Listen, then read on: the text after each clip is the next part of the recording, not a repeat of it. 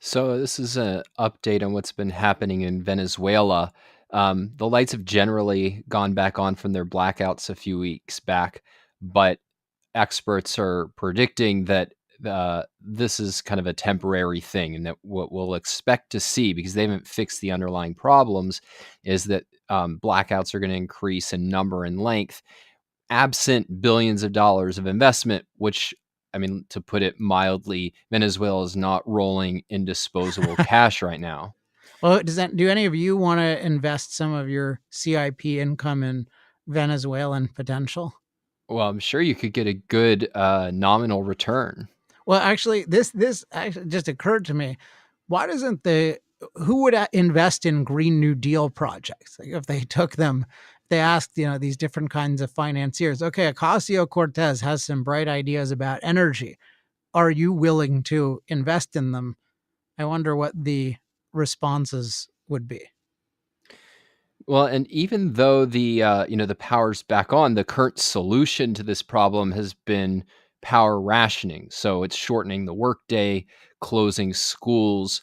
So it's not as if like they've returned to livability. And in fact, people are still struggling to get their hands on clean water and food. And I mean, it's really a tragic situation there. But one industry that's been particularly hard hit has been Venezuela's oil industry.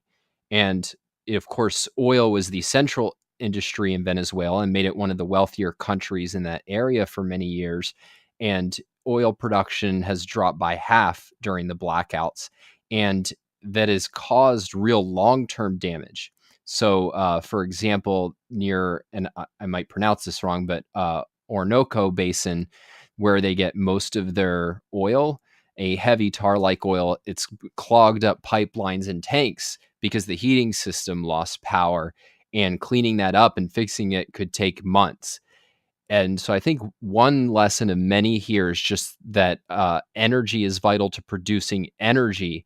And this touches on something that you raised initially about solar and wind, Alex, which is that like we don't always appreciate that fact. So we'll talk about the price of solar and wind and batteries and just project that, oh, well, if we got rid of fossil fuels, those prices are only going to go down. But to whatever extent those are affordable, it's only because they're built with affordable, reliable energy.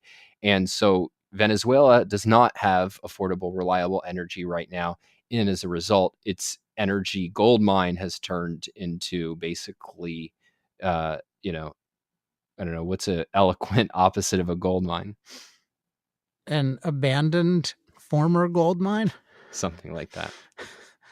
Yeah, it's gold mine. Gold mine can be negative if it's not used properly, or when it's not used properly and then it's been exhausted. But that's not even a bad analogy, because that's what happens here. I mean, in effect, it's exhausted. It's not theoretically exhausted, but it's in some ways practically exhausted, because they're not taking the actions necessary to actually gain value from the hydrocarbon. And then in general, they're just not taking actions necessary to improve their lives. And so they're living in many ways with nature, which is including with dirty water, which is not a pleasant thing.